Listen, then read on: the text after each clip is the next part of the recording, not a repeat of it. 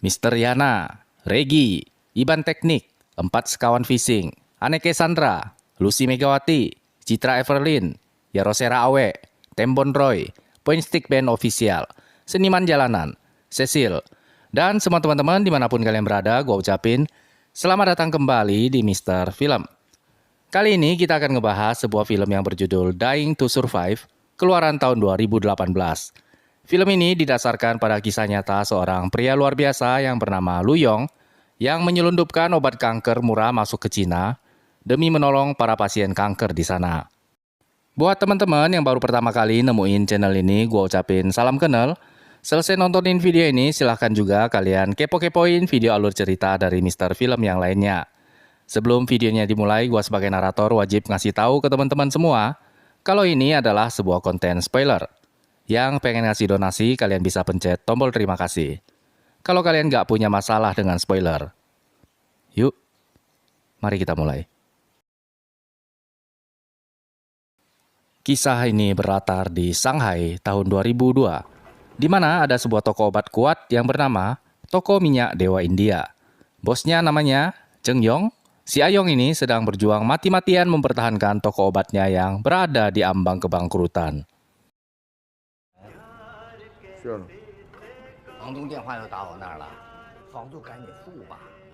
Meskipun si Ayong ini sudah hampir bangkrut alias hidupnya susah amit, kagak punya duit sama sekali, namun dia adalah sosok yang sangat sayang dengan keluarganya.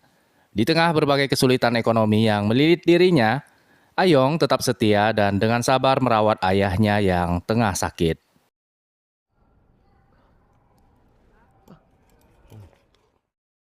Kehidupan rumah tangganya pun juga berantakan. Istrinya pergi ninggalin dia, nyari suami yang kaya. Sekarang Ayong sedang berebut hak asuh anak dengan mantan istrinya itu. Namun, terlepas dari berbagai kekurangan yang ada pada diri si Ayong, tidak mengubah fakta kalau dia adalah seorang ayah yang sangat baik. Ayong selalu berusaha memberikan apapun yang putranya pinta darinya. Mantan istrinya selalu saja mendesak Ayong supaya menyerahkan hak asuh putra mereka sepenuhnya kepadanya. Menurutnya, Ayong tidak punya kemampuan untuk membesarkan seorang anak. Pada suatu hari, mantannya itu dengan sengaja menghina Ayong di depan pengacaranya. Dia sengaja memprovokasi Ayong supaya bersikap kasar kepadanya.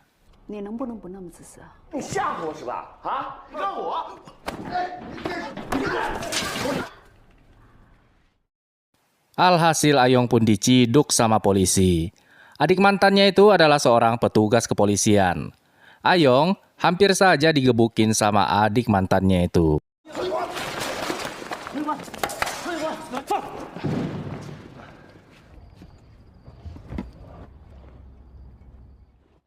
Pada suatu hari, temannya si Ayong ngenalin seorang pemuda kepadanya. Nama pemuda itu adalah Lee. Lee mempunyai sebuah proposal bisnis yang ingin dia tawarkan kepada Ayong. Dia ingin mengajak Ayong bekerja sama menyelundupkan obat kanker dari India. Mendengar jumlah keuntungan yang bisa ia dapatkan dari pekerjaan ini, sebenarnya Ayong merasa tergiur. Namun, dia harus mempertimbangkan resikonya. Apabila dia tertangkap, tidak akan ada orang yang merawat ayahnya. Dia juga tidak bisa bertemu lagi dengan anaknya. Meskipun tawaran kerjasamanya ditolak mentah-mentah sama Ayong, namun Lee tidak patah semangat. Dia menuliskan nama dan nomor kontaknya di selembar kertas dan lalu memberikannya kepada Ayong. Pada siang hari itu, Ayong dipanggil ke rumah sakit. Penyakit ayahnya semakin parah. Karena Ayong tidak memiliki uang untuk meneruskan pengobatan, dokter menolak untuk membantunya dan menyuruh Ayong memindahkan ayahnya ke rumah sakit yang lebih murah.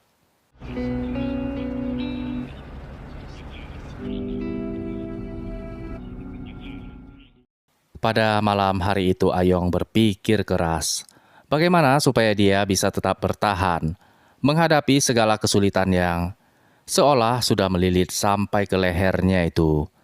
Dia pun berjalan kembali ke tokonya. Tak disangka, satu lagi masalah yang datang. Tokonya itu sudah digembok sama pemilik bangunan. Karena sudah berbulan-bulan Ayong telat membayar sewa.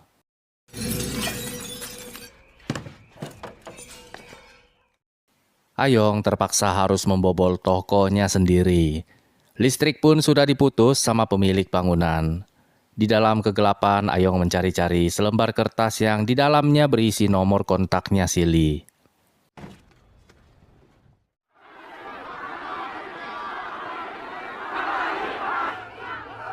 Sementara itu, di tempat lain, tampak rombongan penderita kanker sedang melakukan demonstrasi, memprotes harga obat kanker yang dijual dengan harga yang terlalu tinggi. Para penderita kanker ini tidak mampu membelinya. Dengan angkuh, manajer perusahaan obat itu memberikan penjelasan kalau obat kanker yang mereka jual itu sudah sangat murah. Si manajer mengancam kalau dia akan menelpon polisi apabila demonstran tidak segera membubarkan diri.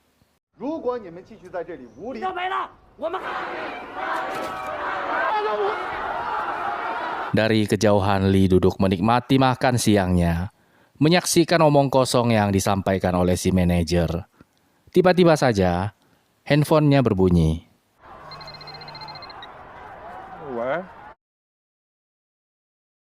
Ayong mengajak Lee bertemu.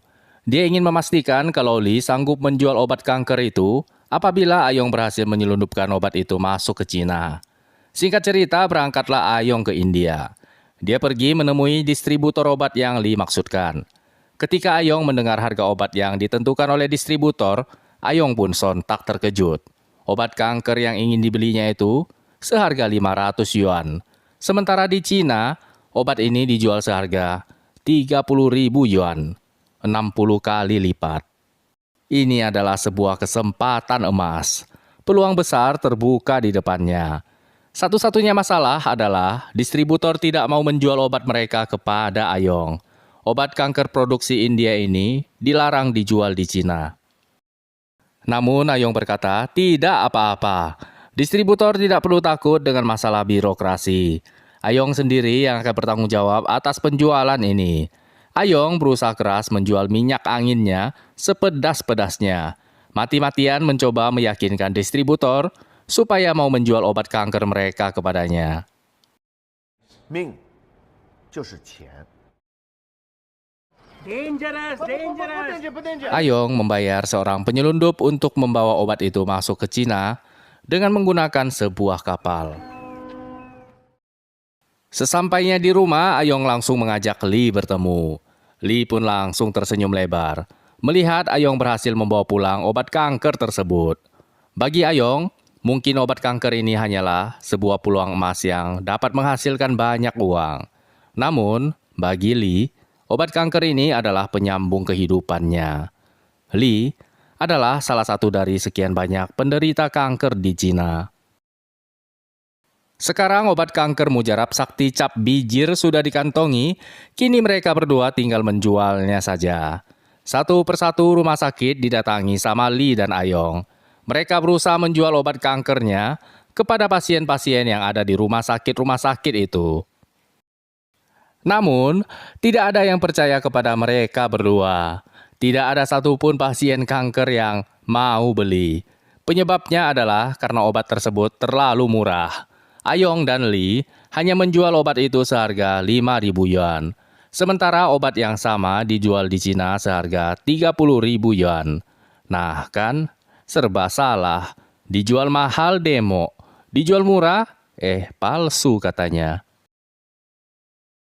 Semua rumah sakit sudah didatangi sama mereka. Tidak ada satu orang pun yang beli.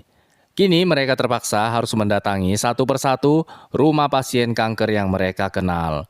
Menjual obatnya ini secara door to door. Namun, sama saja hasilnya. Satu botol pun kagak kejual. Ketika Lee sedang makan kue tiao, tiba-tiba saja dia teringat kalau ada seseorang yang bisa membantu mereka menjual obat kanker ini. Orang tersebut adalah admin dari grup percakapan penderita kanker semua rumah sakit yang ada di Cina. Tanpa membuang-buang waktu, mereka berdua pun langsung cabut pergi menemui orang itu di tempat kerjanya. Namanya adalah Aling. Dia bekerja sebagai seorang LC. Aling memiliki seorang putri yang menderita penyakit kanker. Lee kemudian menjelaskan kepada Aling kalau Ayong memiliki obat kanker yang sama dengan yang selama ini mereka beli di Cina. Harganya juga jauh lebih murah. Li meminta bantuan Aling untuk membantu Ayong menjual obatnya ini. Pada keesokan harinya, Aling membawa banyak sekali orang-orang pergi menemui si Ayong. Masing-masing dari setiap orang ini adalah admin dari grup obrolan semua rumah sakit yang ada di Cina. Ayong pun segera menjelaskan kepada orang-orang ini kalau mereka harus berhati-hati dalam menjual obat kanker yang mereka miliki. Kalau sempat ketahuan menjual obat ilegal, maka berakhirlah sudah permainan ini. Mereka tidak akan bisa mendapatkan obat kanker lagi. Di tengah pembicaraan, tiba-tiba saja salah satu admin nyelutuk kalau harga obat yang dipatok sama Ayong masih terbilang mahal. Ayong pun langsung tersinggung. Dia hanya menjual obat itu seharga 5.000 yuan. 6 kali lebih murah dari harga pasaran, masih juga dibilang mahal. Namun, tiba-tiba saja Ayong merasa kasihan kepada para penderita kanker ini. Dia kemudian memberikan mereka diskon 20%, sehingga obat itu sekarang menjadi 4.000 yuan. 最多给你们群主每人打8折。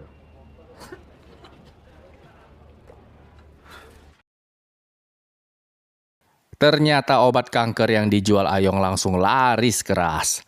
Kini dia membutuhkan seorang penerjemah yang bisa berbicara bahasa Inggris untuk berkomunikasi dengan distributor obat kanker di India. Dia harus memesan kembali dengan jumlah kuantiti yang lebih banyak lagi. Li kemudian memperkenalkan seorang pendeta kepada Ayong. Pendeta ini bisa berbicara bahasa Inggris dengan fasih. Namanya adalah Pendeta Liu. Pada awalnya si pendeta tidak mau membantu Ayong. Dia adalah seorang pendeta. Hidupnya berada di jalan Tuhan.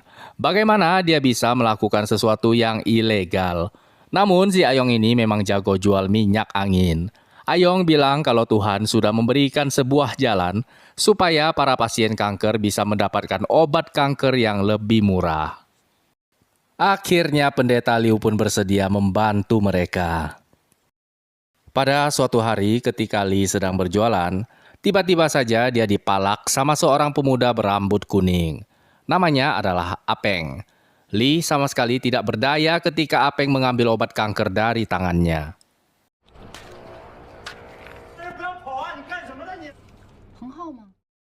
Ayong kemudian mengajak Li mencari informasi tentang si kampret yang telah merampok mereka. Ternyata Aling kenal dengan si rambut kuning ini. Si kampret telah mencuri dari orang yang salah. Berani-beraninya dia mencuri dari si Ayong. Ayong pun langsung memburunya. Si Apeng ngacir terbirit-birit. Apeng hampir saja digebukin sama si Ayong.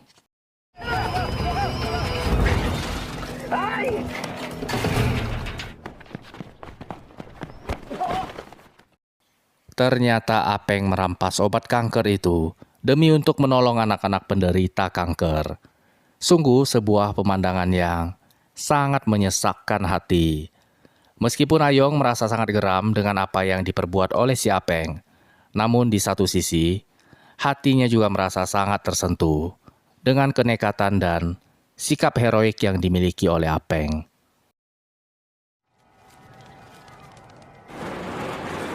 Apeng kemudian direkrut sama Ayong menjadi anak buahnya. Pendeta Li bernegosiasi dengan distributor obat kanker India dan lalu berhasil membuat Ayong menjadi agen penjualan obat kanker di Cina. Kini dia sudah memiliki kontrak kerjasama dengan distributor obat kanker India. Obat kanker pun mulai berdatangan, diselundupkan dalam jumlah besar-besaran masuk ke Cina.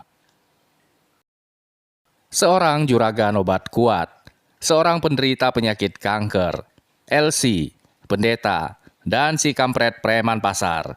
Tidak ada satupun dari mereka yang pernah berpikir kalau mereka sanggup melakukan perbuatan yang sebesar ini. Obat kanker selundupan itu laris keras, bahkan lebih laris dari kacang goreng. Orang-orang yang mengidap penyakit kanker pada ngantri dan berebutan untuk membeli obat mereka itu. Uang pun mulai berdatangan, mengalir deras membanjiri si Ayong dan seluruh gengnya. Jumlah uang yang teramat besar yang tidak pernah mereka bayangkan dalam hidup mereka sebelumnya. Hidup kelima orang ini langsung berubah dalam seketika. Ayong kini sudah sanggup membayar biaya operasi ayahnya. Namun, sepertinya sebuah masalah sudah menunggu di depan jalan mereka. Ahong, manajer distributor penjualan obat kanker resmi di Cina, melaporkan kejadian ini kepada pihak kepolisian. Obat ilegal yang diselundupkan sama Ayong telah membanjiri pasaran dan semua rumah sakit di Cina. Manajer Hong membuat sebuah laporan kalau obat kanker milik mereka telah dipalsukan. Obat palsu ini kini telah membanjiri pasaran. Sebagai distributor yang membayar pajak, manajer Hong meminta supaya polisi menangkap semua orang yang punya andil dalam memasarkan obat palsu tersebut. Sementara itu, di tempat lain, Ayong sedang membagikan keuntungan kepada semua teman-temannya. Apeng tampak tertunduk lemas. Dia tidak berani mengambil bagiannya. Namun, bahkan si kampret yang pernah merampok si Ayong ini pun diberikan bagian yang merata sama dengan semua teman-temannya. Tentu saja si Apeng merasa sangat terharu.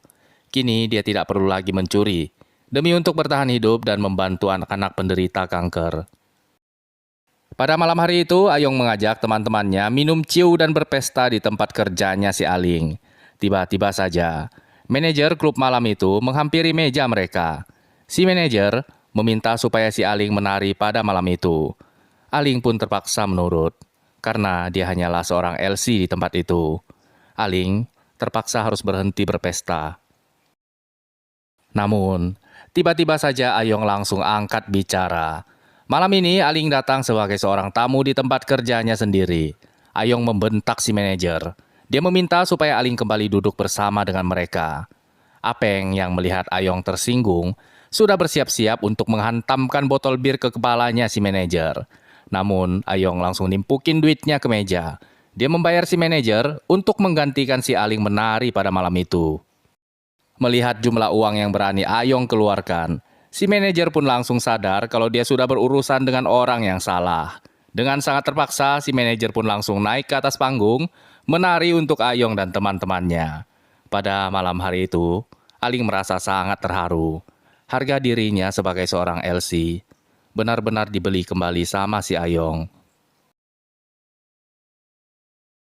Setelah melakukan investigasi yang mendalam, Acau melaporkan kepada komandannya kalau obat palsu yang dilaporkan sama manajer Hong sebenarnya bukanlah obat kanker palsu. Obat tersebut memiliki khasiat yang sama dan harganya pun jauh lebih murah. Obat itu bisa menyelamatkan banyak nyawa. Namun, komandannya berkata, selama obat itu tidak membayar pajak, maka obat itu akan dianggap sebagai ilegal. Sementara itu, di tempat lain, salah satu jemaat gerejanya Pendeta Liu protes sama Ayong karena ibunya malah masuk rumah sakit setelah meminum obatnya si Ayong. Mereka pun langsung bertengkar. Kejadian ini membuat Ayong dan teman-temannya melakukan sebuah penyelidikan untuk mencari tahu apa yang telah membuat pasien kanker itu menjadi sakit. Investigasi tersebut membawa mereka sampai di sebuah acara pertemuan penjualan obat kanker. Terlihat ramai sekali orang yang datang di acara tersebut. Semuanya adalah penderita kanker. Mereka berbondong-bondong datang ke sini untuk membeli obat kanker yang murah. Para pasien kanker yang malang ini enggak tahu kalau sebenarnya obat kanker yang dijual di acara ini adalah obat palsu. Acara ini diadakan oleh seorang penipu yang mengaku kalau dirinya adalah seorang profesor. Namanya adalah Zhang.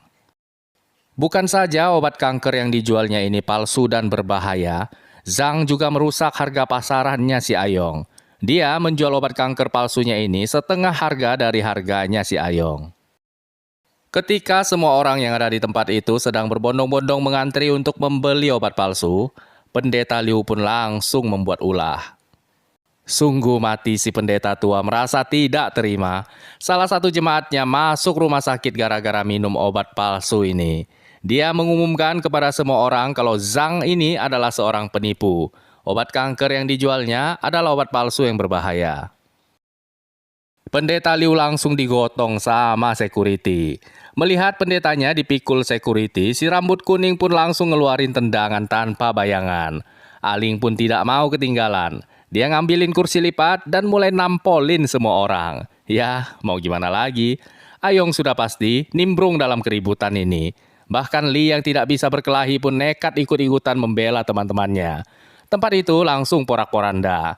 Zhang si penipu tidak berhasil mendapatkan uangnya pada malam itu.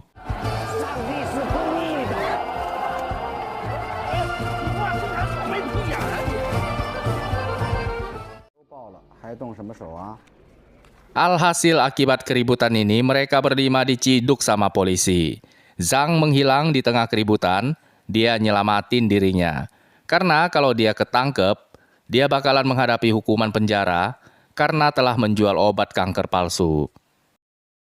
Sepulangnya dari kantor polisi, Li mengundang Ayong untuk makan malam bersama di rumahnya. Sesampainya di rumah Li, Ayong baru tahu kalau Li memiliki seorang anak balita.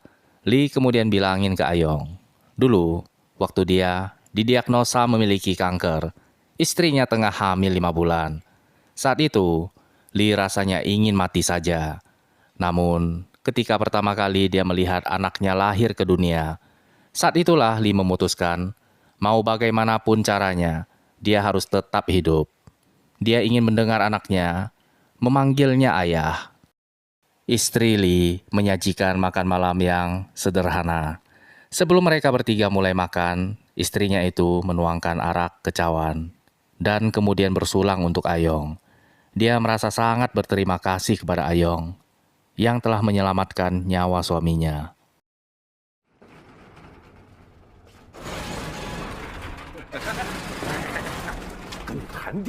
Pada malam harinya, ketika Ayong sedang nongkrong di dalam tokonya, tiba-tiba saja Zhang mendatanginya. Zhang bilangin ke Ayong kalau dia ingin membeli bisnis obat kankernya. Ayong cukup menyerahkan jalur distribusi yang sudah dia buka. Zhang akan membayarnya 2 juta yuan. Tentu saja Ayong tidak mau menjual bisnis obat kankernya ini, apalagi kepada Zhang yang adalah seorang penipu. Namun Zhang ngingetin si Ayong kalau dia hanyalah seorang penjual minyak obat kuat India. Ayong bukanlah spesialis penjual obat ilegal yang sudah berpengalaman seperti Zhang. Dengan cara pemasaran Ayong yang seheboh ini, Zhang memprediksi dalam 6 bulan Ayong bakalan ditangkap sama polisi.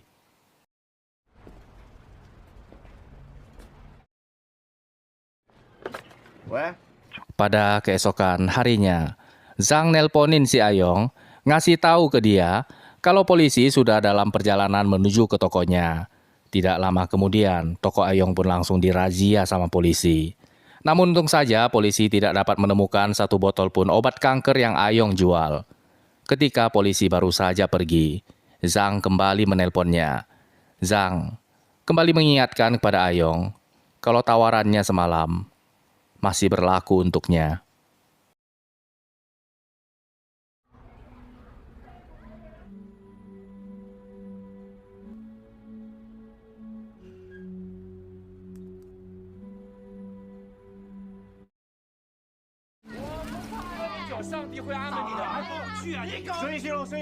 Malam itu adalah malam yang sangat berat bagi si Ayong. Ketika semua teman-temannya tertawa lepas tanpa beban dan senang, dia harus menghancurkan perasaan mereka. Ayong berusaha sesantai mungkin ngasih tahu ke teman-temannya kalau mulai besok mereka tidak akan menjual obat kanker lagi. Pada awalnya mereka semua kirain kalau si Ayong sudah mabok atau sedang bercanda. Namun ketika Ayong bilang kalau bisnis mereka ini akan diambil alih sama Zhang, semua teman-temannya itu langsung terdiam. Tentu saja si Aling merasa tidak terima. Apalagi si pendeta tua yang sudah nyumpahin si Zhang supaya masuk neraka. Bahkan Apeng si rambut kuning pun sampai ngutarain kekecewaannya dengan keputusan si Ayong. Li hanya diam. Melihat teman-temannya semuanya menentang keputusannya, Ayong pun langsung terbakar oleh emosinya sendiri. Ayong ngutarain semua unek-uneknya. Apabila dia ditangkap sama polisi, tidak akan ada orang yang mengurus ayahnya. Anaknya akan besar tanpa seorang ayah. Di antara mereka berlima, Ayong bilang kalau dia satu-satunya yang gak punya urusan dengan penyakit kanker. Dia tidak butuh obat kanker itu untuk menyambung nyawanya. Semua teman-temannya itu seharusnya merasa bersyukur dan berterima kasih kepada dirinya yang sudah mau berkorban sejauh ini. Beberapa kata-kata yang bakalan menjadi penyesalan pun akhirnya terucap dari mulutnya. Mendengar kata-kata Ayong itu, si rambut kuning adalah orang pertama yang bersulang kepada Ayong. Dia mengangkat gelasnya, berterima kasih kepada Ayong atas semua kebaikannya selama ini.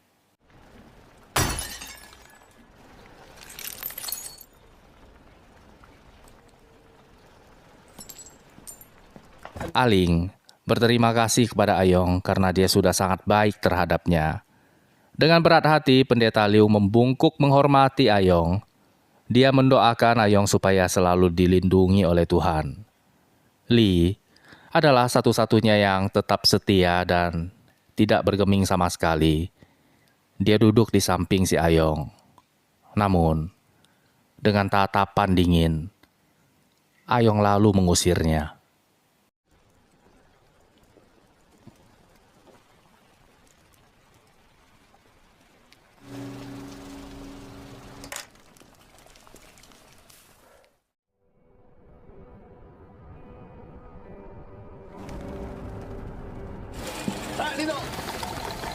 Satu tahun berlalu. Terlihat Ayong sedang melayani tamu yang datang ke pabriknya. Uang 2 juta yuan yang dibayarkan oleh Zhang dipergunakan Ayong untuk membuka sebuah pabrik pakaian. Ketika Ayong mengantar tamunya itu masuk ke dalam mobilnya, tiba-tiba saja dia melihat istri Li sedang berdiri di depan gedung kantornya. Istri Li datang mencari Ayong karena dia benar-benar membutuhkan bantuannya. Li tengah sekarat. Dia sudah menyerah untuk hidup. Li bahkan mencoba bunuh diri dengan mengiris pergelangan tangannya sendiri. Kini obat kanker murah sudah tidak ada lagi di pasaran. Zhang menaikkan harga sampai 20.000 yuan dan kemudian kabur karena dicari sama polisi. Istri Li datang dengan sebuah harapan di hatinya. Dia berharap Ayong masih punya koneksi dengan distributor obat kanker India. Namun, Ayong tidak sempat menjawabnya. Tamunya itu mendesak Ayong supaya jangan membuang-buang waktu mereka yang berharga. Istri Li menangis, bersujud di hadapan Ayong, memohon supaya Ayong mau menyelamatkan nyawa suaminya. Namun, Ayong sama sekali tidak punya waktu untuknya. Dia harus melayani tamunya.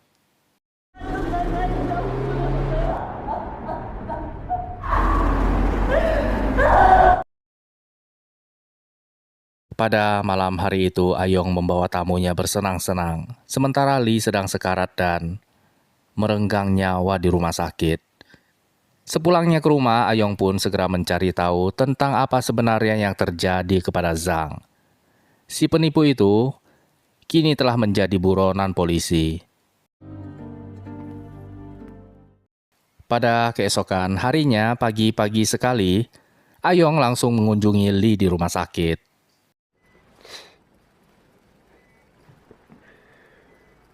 Hal pertama yang Li lakukan ketika melihat Ayong adalah menertawakan gaya rambutnya yang konyol.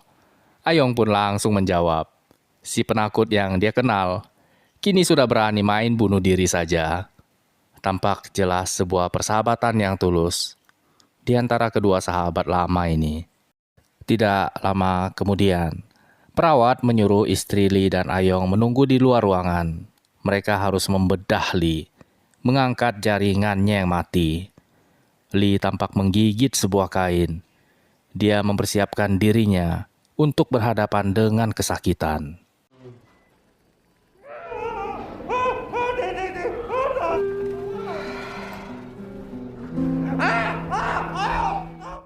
Ayong kemudian pergi menemui Pendeta Liu.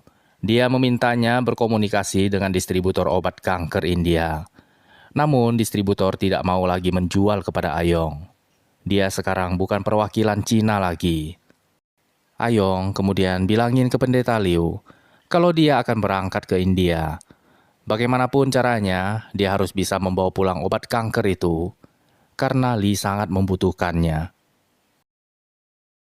Dari satu tempat ke tempat yang lainnya, Ayong mendatangi semua apotek yang ada di India, membeli obat kanker itu secara eceran.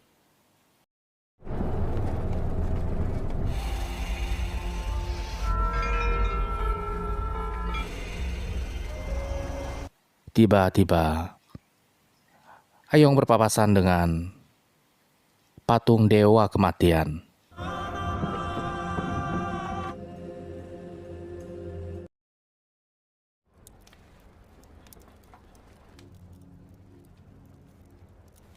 Di saat Ayong sudah memiliki obat kanker itu di tangannya, dia pulang hanya untuk mendapati Li ternyata telah meninggal dunia. Istri Li tampak sangat terluka. Semangat hidup sirna dari wajahnya. Aling dan Pendeta Liu, keduanya ada di sana. Ketika Ayong berjalan keluar dari kamar kontrakan Li, dia melihat banyak sekali orang yang datang untuk memberikan penghormatan terakhir kepada sahabatnya itu. Setiap dari masing-masing orang yang mengenakan masker ini, semuanya adalah penderita kanker yang merasa nyawanya pernah ditolong oleh Li. Ayong juga ngelihat si rambut kuning sedang duduk seorang diri menangis di tangga, sambil makan sebuah jeruk yang Li berikan untuknya. Kematian Li membuat Ayong merubah caranya dalam melihat sebuah kehidupan. Dia balik lagi ke India untuk bernegosiasi langsung dengan distributor obat kanker itu. Melihat niat baik dan keteguhan hati yang dimiliki oleh si Ayong, sang distributor pun berjanji kalau dia akan membantunya.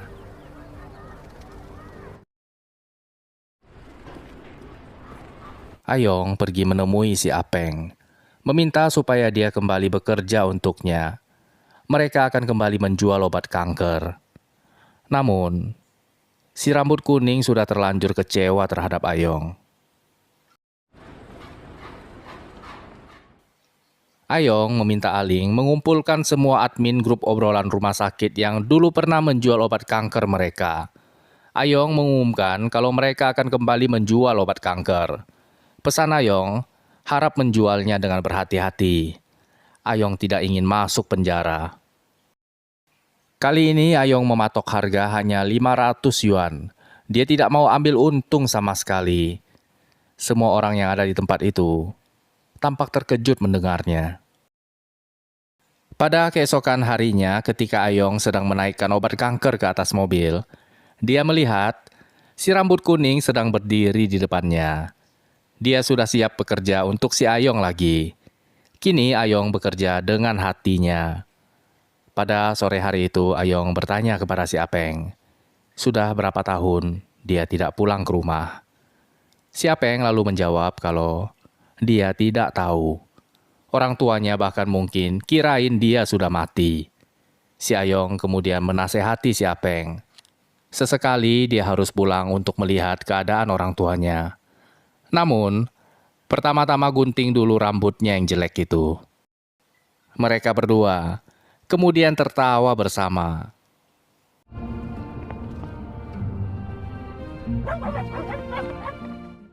Beberapa minggu setelah obat kanker India kembali beredar, kepolisian mengadakan sebuah rapat darurat untuk mengatasi permasalahan ini. Sebagai seorang kapten, Acau adalah orang yang diberi tanggung jawab untuk menangani kasus tersebut. Sudah setengah tahun Zhang menjadi buronan. Namun Acau masih juga belum bisa menangkapnya. Komandannya memberinya sebuah ultimatum. Dalam waktu 15 hari, Acau harus berhasil menangkap Zhang. Penderita kanker pada ditangkepin semua. Obat kanker mereka pun disita. Semuanya dibawa ke kantor polisi. Namun, tidak ada seorang pun dari mereka yang bersedia buka mulut. Semuanya berusaha melindungi si Ayong. Tiba-tiba saja, salah satu dari mereka, seorang nenek tua, bilang kalau dia mau meminta sesuatu dari Kapten Chow. Nenek ini memohon supaya Acau bersedia menghentikan penyelidikannya. Sudah 3 tahun dia menderita penyakit kanker. Rumahnya sudah dijual. Harta bendanya sudah habis. Uang pun sudah tidak ada lagi. Baru saja beberapa lama ini, ada seorang penjual obat kanker India yang sudah seperti dewa penolong bagi mereka. Obat kanker yang resmi harganya 40.000 yuan. Sementara yang ini hanya 500 yuan. khasiatnya sama. Siapapun dewa penolong ini, dia tidak mengambil untung sama sekali. Apabila Kapten Chow berhasil menangkap orang ini, sama saja itu adalah hukuman mati untuk mereka semua. Permintaan nenek tua ini benar-benar membuat Acau memeriksa kembali hati nuraninya. Dia kemudian memutuskan untuk melepaskan mereka semua. Pada keesokan harinya, Acau pun menghadap komandannya. Dia berusaha menjelaskan kalau penyelidikan ini terus berlanjut, pihak kepolisian akan membunuh banyak orang. Namun komandannya itu langsung membentaknya. Komandannya itu mengingatkan kembali kepada Acau, sebagai seorang polisi, hukum harus lebih dipentingkan daripada hati nurani. Tiba-tiba saja Zhang nyamperin si Ayong. Dia membutuhkan bantuan dari si Ayong untuk melarikan diri. Uangnya sudah habis. Dia tidak berdaya sama sekali. Zhang meminta 200.000 yuan dari Ayong, namun Ayong memberikan 300.000 yuan kepadanya. Si Ayong nyaranin supaya Zhang cepat-cepat pergi dari Cina. Apabila Zhang sampai tertangkap, kasus ini bakalan merembet ke arah si Ayong. Pada malam hari itu, losmen tempat Zhang menginap digebrek sama polisi. Zhang tidak berhasil melarikan diri.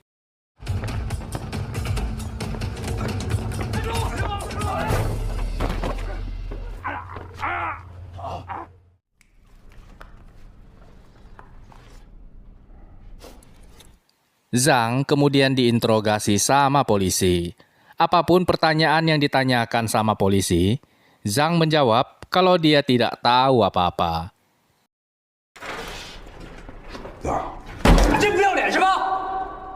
Zhang lalu bilangin ke polisi, meskipun dia adalah seorang penipu, namun dia tidak pernah menyakiti siapapun. Dalam 2 tahun terakhir dia sudah nyelamatin banyak nyawa pasien kanker. Meskipun obatnya ilegal, namun pembunuh yang sebenarnya adalah orang yang menjual obat kanker dengan harga termahal.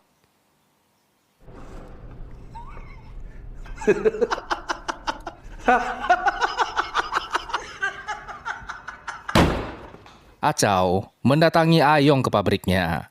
Sebenarnya si Acau sudah curiga kalau Ayong adalah dalang di balik beredarnya obat kanker India. Namun, dia ingin memastikan sendiri apa jawaban si Ayong. Si Ayong bilang kalau dia adalah seorang pengusaha. Dia memiliki sebuah pabrik pakaian. Penghasilannya sebulan juga mencapai ratusan ribu yuan. Buat apa dia menjual obat kanker yang untungnya gak seberapa? Mendengar si Ayong memiliki alibi yang kuat, Acau kemudian sekedar mengingatkan kepada si Ayong kalau Zhang sudah tertangkap.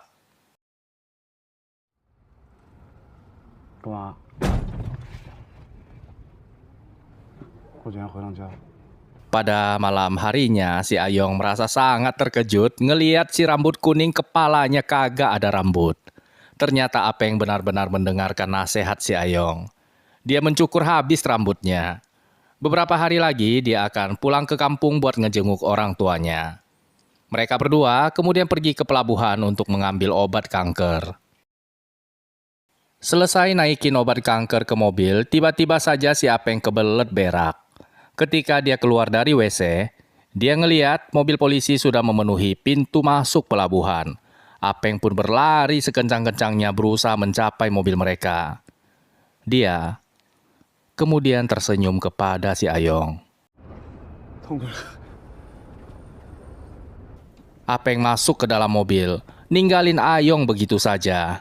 Dia memacu mobilnya, berusaha menjauhkan mereka dari Ayong. Ketika Apeng mencoba menyelamatkan obat kanker itu dari sitaan polisi, tiba-tiba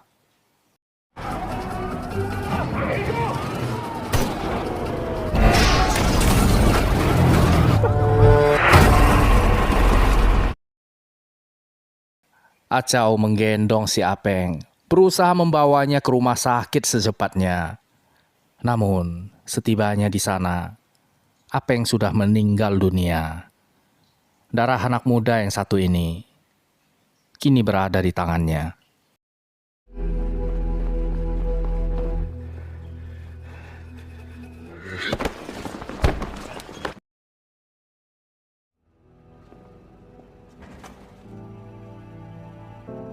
Tubuh dingin tak bernyawa si Apeng terbujur kaku di depan Ayong. Sampai nafas terakhirnya, Apeng memegang teguh janjinya. Dia tidak membiarkan Ayong ditangkap sama polisi. Ayong lalu membawa barang-barang peninggalan si Apeng, menaruhnya kembali di kamarnya. Di atas meja dia ngeliat, si Apeng bahkan sudah membeli tiket kapal seharga 236 yuan untuk pulang ke Shanghai menemui orang tuanya.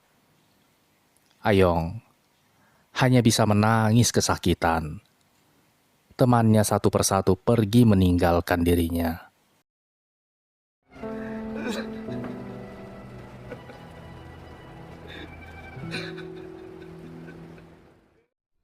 Pada keesokan harinya, Acau kembali menghadap komandannya. Dia mengundurkan diri dari jabatannya sebagai seorang kapten polisi. Sementara itu, di tempat lain, distributor obat kanker India didatangi sama polisi. Izin produksi mereka telah dicabut sama pemerintah. Kini Ayong dan teman-temannya benar-benar berada dalam kesulitan. Apabila mereka ingin lanjut tetap membantu para penderita kanker, maka mereka harus membeli obat dengan harga eceran. Mengumpulkannya dari satu apotik ke apotik yang lainnya. Meskipun modalnya 2.000 yuan per botol, namun Ayong memutuskan kalau dia akan menanggung semua kerugiannya. Dia tetap menjual obat kanker itu seharga 500 yuan. Aling menghubungi semua admin grup obrolan pasien kanker yang ada di Cina. Ini adalah usaha terakhir yang dapat mereka lakukan. Sebelum obat itu menghilang dari pasaran, ada baiknya para pasien kanker membeli obat ini sebanyak mungkin yang mereka mampu. Selama beberapa bulan, Ayong menanggung sendiri semua kerugian itu. Pabrik pakaiannya kini bahkan berhenti beroperasi. Dia tidak mampu membayar gaji karyawannya. Ayong bahkan kehilangan hak asuh atas putranya. Dia harus merelakan putranya itu tinggal bersama dengan mantan istrinya di Amerika.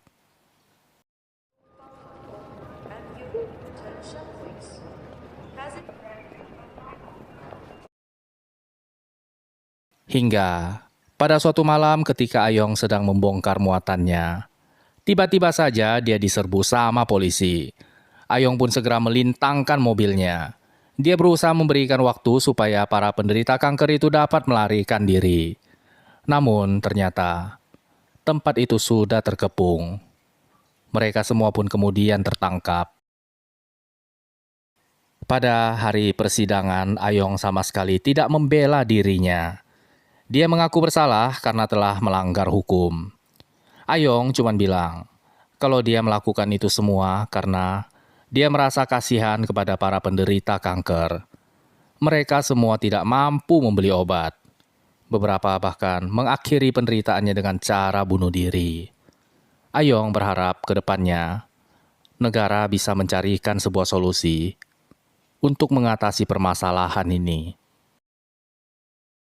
Sebelum dibawa ke penjara, Ayong meminta kepada Acau supaya ngasih tahu putranya kalau ayahnya bukanlah seorang penjahat. Mobil kemudian membawa Ayong menuju ke penjara. Ketika memasuki jalan raya, polisi yang membawa Ayong dengan sengaja memperlahankan mobilnya. Mereka ingin Ayong ngeliat berapa banyak orang yang telah dia selamatkan. Ayong seolah tidak percaya dengan kedua matanya. Di sepanjang tepi jalanan itu dipenuhi dengan ribuan manusia. Semuanya adalah penderita kanker. Dan setiap dari masing-masing orang ini ngerasa kalau dirinya berhutang budi kepada si Ayong. Seiring mobil berjalan mendekat ke arah mereka, satu persatu mereka melepaskan maskernya untuk menghormati Ayong. Pendeta Liu, Aling dan putrinya, bahkan Arwali dan Apeng ikut turut berdiri di tepi jalan, tersenyum kepadanya. Ayong pun tak kuasa menahan air matanya. Dirinya mungkin terpaksa harus masuk penjara. Namun kini dia percaya kalau dia telah melakukan sesuatu yang berguna bagi banyak orang.